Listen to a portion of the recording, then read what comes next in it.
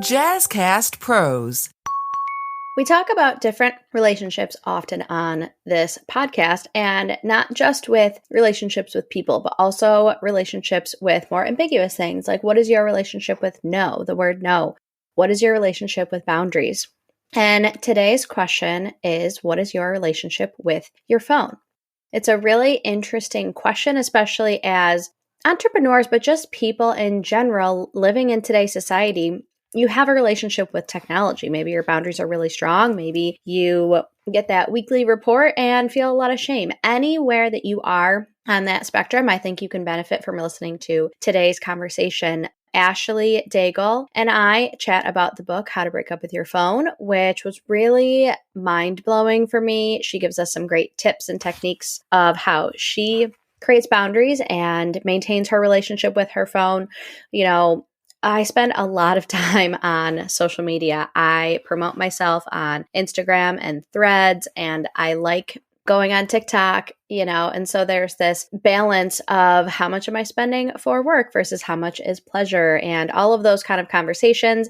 And if you've ever said to yourself, "Oh, what is wrong with you? Why'd you just spend so much time on your phone?" I think we can help you with that conversation today because we are negating out shame from a lot of our headspace. And this conversation also does that. So without further ado, let's talk about how to break up with your phone with Ashlie Daigle. Welcome to High Vibe Table Talks, the podcast to help you, the current or aspiring solopreneur, navigate the messy middle so you can make both an income and an impact. Hi, I'm Rashawn, and I love creating safe spaces for women to be courageous in their dreams. After spending a decade working in sales for a startup and talking with hundreds of other women entrepreneurs, I know it can be lonely, but you can do this. We are having impactful conversations with people walking similar paths to you, so pull up a seat. This is High Vibe Table Talks. Ashlie, welcome to the podcast. Thank you. Thank you so much. Ashlie is a fellow podcaster, and I think we connected on... Did we connect on Threads or did we connect on... No, it was LinkedIn. You hit me up. You dropped into my DMs. Yeah. And now here we are. Here we are. Yep. So I am Ashlie, otherwise known as the Cheerbrarian. Okay, geographically, I am in the Chicagoland suburbs area, though I have to say I am from the South, from Louisiana. Got to give a plug for that. And who I serve, I have a podcast called Advice from the Cheerbrarian, which is pep talks and book recs in your ear holes from your well-read new best friend. I give life advice and book recommendations because life is hard. We all need help. Let me help you. That's my whole thing. That's my thing. Mm-hmm. You joined the virtual co-working, and so we've had a lot of conversations, and why I wanted to bring you on here is because you brought attention to a new book for me, and I think that it's very relevant to the audience that I speak to. Yeah. And the book is called How to Break Up with Your Phone. Mm-hmm. And you gave me some advice from it, which made me mad, but then you're right. That's how you know it's good advice. If you're immediately like arms crossed, pout face, like you probably should take that advice. Probably. Yes. So tell me your experience with the book and why you think, like, why would you recommend that book to people? Yeah, absolutely. So this is pretty important to me. So this was, I think it was the 7th episode of my podcast. So that tells you it was important because I talked about it early on. I knew right out of the gate I wanted to talk about it. And so it is all about redefining your relationship with your phone. So I found myself spending more time on my phone than I wanted to. But more than that, it was all this guilt I was saddling about the time I was spending using my phone. And I really wanted to find a better way to coexist because could I go get a flip phone or find a dusty BlackBerry to use? Sure. Am I going to do that? No. The Pandora's box is opened. So I really wanted to figure out, and that's where the podcast came from. When I want to know something in life, when I'm having a struggle, I go and look for a book. So I came across this book, How to Break Up with Your Phone, and it really has changed my life. Like, not in the sense that like, I'm perfect about my phone now. You're welcome. Learn from me. But in the sense that it has given me context and it has given me tools and things that I can use. And I'm so excited to talk about it more today. Yeah, and I think one of the really cool things that you talked about when we were first talking about it is a lot of the beginning of the book is the Hmm. science of it. Yes. And understanding that like there's no shame wrapped in like how much time you spend on your phone. First you have to understand how much time you are spending on your phone, but then like scientists are paid billions of dollars throughout the Hmm. world to create something that consistently brings you in. And so can you speak a little bit on the first part of it when it talks about like the science of it? Absolutely. I have the book right here. It actually sits, I have stacks of books all over my house, but on my desk, I have like the ones I refer to the most. So this one lives where I can see it every day. So, like she was saying, the first part of the book is called The Wake Up, and that's where she details all the science. And so it's not just like scientists, it's like teams of engineers, like whole room auditoriums filled with people spend all the energy and time and brilliance they have with their degrees to make you want to use it. It is essentially they have used tools and tips and things that people use to engineer casinos so that you get the dopamine hit, so that you get just enough of a idea that something is going to happen. It goes down to like the colors. I know we talked about this. It is meant to be bright and shiny like a slot machine, and it makes you want to look at it. So one tip that you can do to sort of break that up is you can actually go into your phone and you can change it to grayscale, and it is amazing. Did you try that? I know we talked about it. Mm-hmm. It is amazing what it like. You pick it up and it's easier to remember why you had the phone. You kind of stay on task because it's not fun to look at. It's just not as exciting. Oh, this chat. There's a part of it just called "Why Social Media Sucks." Oh man, she talks about killing your attention span. Woof. Because you're so used to getting all these inputs and all these hits, it changes how you're able to focus. And so, what was best, the best thing that I got from reading this book, other than the tips and tricks, was like the amount of guilt that I carry has really shifted because I've really internalized the fact that people are making this to make me stay on it. The fact that I don't stand, it's not that you need more willpower because I'm never going to be as good at a team of engineers at not looking at my phone. That's just facts. So you have to find other things to do to physically keep it away from you because I forgot the percentage. I think it's like once you pick up your phone, it's like it's exponential where like the minute you pick it up, you're 30% more likely to pick it up later. If it's in your sight, you're going to pick it up. So yeah, it's an uphill battle. You can work on it, but like from me to you, take any shame you feel and just poof, just release it into the atmosphere. It's not your fault. It's not your fault. The end. Yeah. And I love a lot of what you talk about on your podcast as far as like the reason that you don't have a routine with exercise or with food or with your phone or with whatever it is that you think you should be doing more of is not because of your willpower. And we make it so much about us, and it's like, it's not about you. There's just so many other things that are going on in the world, and like you're not bad because you spent 2 hours on your phone scrolling through Instagram when you should have been cleaning or reading or whatever. So Right. I really like that sentiment that you share about a lot of different things on your podcast. Thanks. Well, and it's important to set realistic boundaries because, like, I got into the trick at one point where, I would, reach out to, oh, I can't believe I was on my phone so much. And he's like, well, what should you have been doing? Why was it bad? And like, there have been times when it's like, well, actually, I've demonized it so much that anytime I look at it, I'm like, oh, I shouldn't have done that. But like, it's not that if I never want to look at it, well, then I should throw it in a trash can and go get a dusty Blackberry. But I have made the decision that this is a tool for me to use. So then I have to set some realistic parameters for how much I'd like to use it in the day. Like I have a tracker on the phone that tells me, but I don't find that that's helpful because again, the tracker in your phone to help you not use your phone is made by the people who want you to use your phone. So it's not like going to be the best because part of it is like some days I've had really high usage. I look at it and it's like, oh, that's because I was in the car for an hour and I was using my map app, but it doesn't let you filter things like that out. Right. So it's all just a bucket of guilt. And so I have it as like a tool to look at a little bit, but that was something I started initially was like, I'm going to look at that every day and keep it up there. All it did was make me feel bad. It wasn't actually changing my behavior. Mm-hmm. Yeah. And Yeah. making you look at your phone more. Hey, yup. One of the things that we talked about that you took from this book is like the pause in between when you're going to look at your phone and saying to yourself, like, what are you actually craving? What are you, because you're going to your phone, are you doing it to respond to someone? Are you looking for whatever, so can you share with us more like how that plays into how you connect with your phone? Yeah, absolutely. So what's important is you need to apply the right solution to the right problem.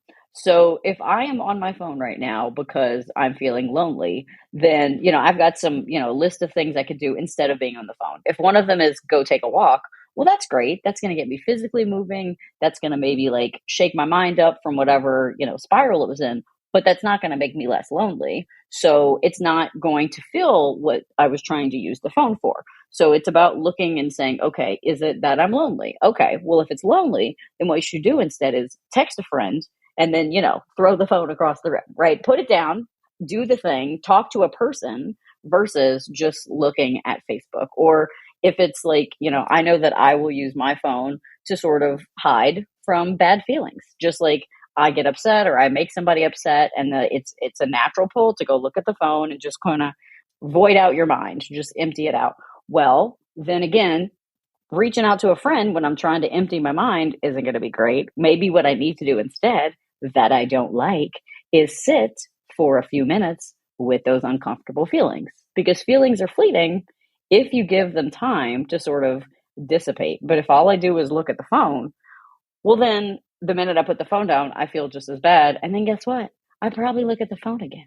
So it's about identifying what are you trying to use the phone for, and can I do that in another way? Yeah, I tend to disassociate into my phone when I'm Sure. like stressed or overwhelmed, or, a lot of emotions that come just from life being life. Yeah, absolutely. But, really definitely in the entrepreneurial world where sometimes it's like, I don't want to make a freaking decision. I don't know. So I'm just going to sit and I'm going to do something where I don't have to make a decision, Yeah, because But it's then going to you come make it up, for you. It's just going to keep showing you stuff to look at, right? right, right. And then like, because I didn't make a decision, now I come up from my phone and I'm like, God damn it. I just spent 45 minutes on my phone. I didn't make a decision. I'm such a bad entrepreneur. Again, building in that shame around like, why didn't I just? And so, how do you manage your relationship? A lot of my audience is entrepreneurs. They Sure. are selling, they are having to put themselves out there. So, there's this balance of, I have to be on these platforms in order to sell, and I need to spend less time on those platforms. So, how do we like manage that relationship? Right. Yeah. And I have the same thing where, like, I was kind of, before I started this podcast, I was kind of getting to a space where I was looking at it less and less, and I wanted to have more distance from me in social media. But just as you said, this thing that I'm doing is necessitating that. And so I think it starts with sort of setting up different boundaries and barriers throughout the day. For example, my phone charges. I try to, I'm not always perfect at it because I'm a person, not a robot, but I try to put my phone to bed around like 7:30 or 8 o'clock when we're starting to wind down for the evening. And putting it to bed means my phone goes in the room I'm in right now, which is not my bedroom. And that way, and it's a room, it's like where my clothes and stuff are. It's like my office. I'm not going in there really after 7:30. So I don't see the phone. Because the minute you see the phone, you want to touch the phone. That's what it's done to your brain. All of our brains are now worked, right? So it's about like, what can you change in the other times of the day, right? So then if in the evening I'm not using it as much, well, then that's going to change my relationship with it when I do have to use it in the daytime, because it's not, And I think if you're honest with yourself, you, and listener, you know the difference between, I need to be using this device right now because I need to make this content, and I'm just procrastinating because I don't want to make a decision. So you have to be honest with yourself about, no, I need it now. You can also look at, are there other tools you can use? So can you use your laptop for some things that you're using your phone right now, which is going to be different? And then you pick up. So like, for example, for me today, I did a post about the episode that just dropped. I use my laptop to create everything in Canva when it's time to post it, because again, Everybody, Instagram wants you to be on your phone. They don't make the app on the computer easy to use because they want you to use the phone and be looking at Instagram. So then I go on Instagram to open it, to load it, to do it. And then like, that's what I've opened it for. So you also have to sort of like, sometimes out loud to myself, I will say like, I'm picking up my phone to do this. Another quick tip is like to stand up when you're using if you're really like, oh, I just need to look up a quick thing and then I want to put it down, physically stand up, because you're less likely to keep looking at it when you're just standing in the middle of your room versus like, I'm sitting in a cozy chair, right? So I think it's about looking at in conclusion to my TED Talk right now, look at your behaviors and figure out what changes you can make sort of in all the other avenues of life, so that the work that you need to do for your entrepreneurship can sort of continue as is without having to be interrupted.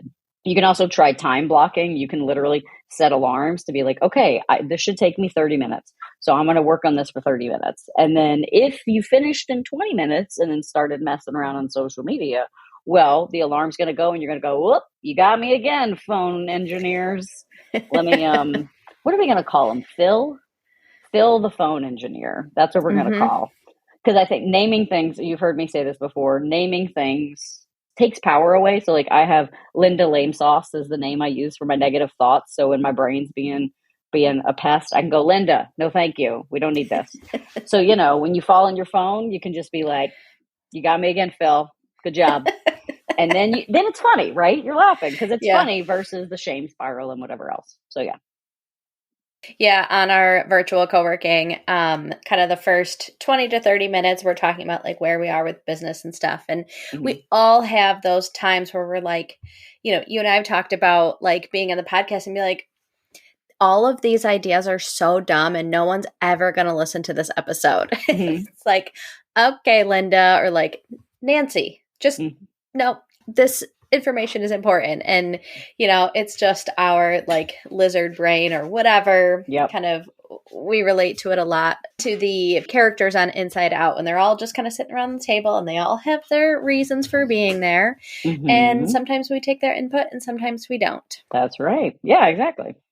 So it's nice to hear it and say, I appreciate you and I'm not going to listen to you for the moment.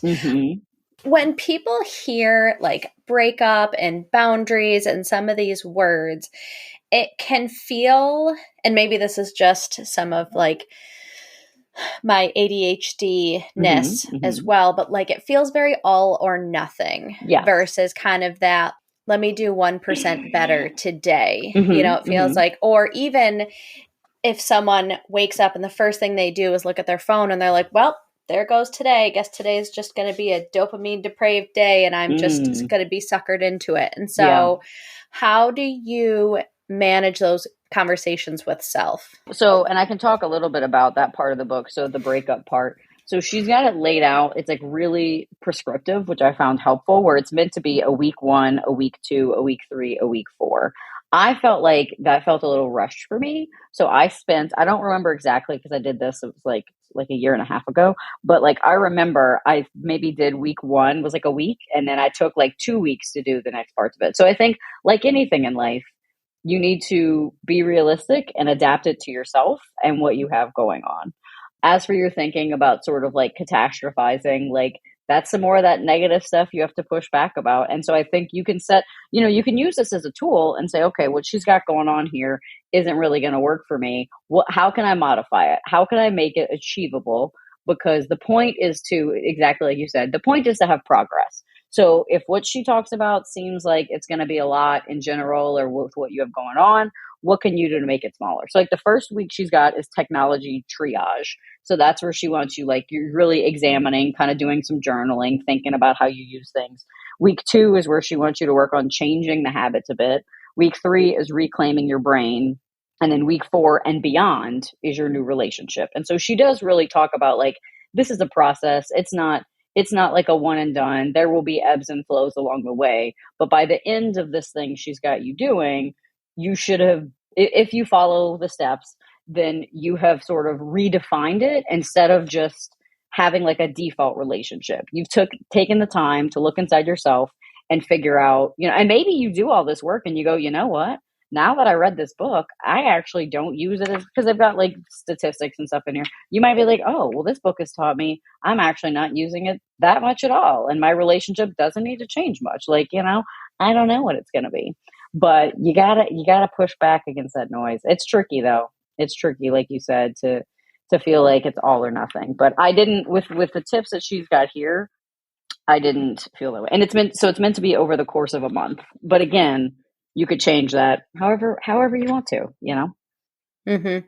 Catastrophizing is one of my favorite words. I don't know. It just sounds so fun, like coming out, especially, I don't know. It's one of my favorite words, even though it's like terrible. It's like, yeah, it's not good. No one needs catastrophizing in their life, yet many of us do it quite often. Well, and like the one more thing I want to say about that is like, it's about setting a goal that is achievable. So maybe you look at your stuff and you look at your triage and you're like, I'm using my phone 6 hours a day and I don't like that. So I'm going to try to use my phone 5 hours and 55 minutes a day instead, right? That's just 5 minutes, but that's 5 more minutes to do something else. And like with anything in life, like you had mentioned, stuff with me in fitness and nutrition and all this, anything you can do incremental and small will build a habit, will give you more gas in the tank to want you to push forward. So do basically the least you can to make a difference will eventually lead to you being able to make a bigger difference for yourself. I know it's easy to get excited and dive all in and be like, I'm going to completely change my relationship, but like, that's not practical. That's not how people work. Like, calm down. An example that most people can relate to is like how many excited people are in the gym every January. And then how many of those same people are in the gym in March. And it's, it can be really excited to be like, okay, I got this book and I'm going to sit down and I'm going to totally change my relationship with my phone. And I'm going to, go from 6 hours a day to 1 hour a day. And it's like, when you have that inspiration, that motivation, that stuff wears off relatively quickly. And so how can you do something that is sustainable and that is coming from someone who definitely struggles with that? I preach it a lot, and preach is not the right word, but like my tagline is big dreams and small steps can transform your life. And it's like, it's great to have those North Star goals and you do them one step at a time.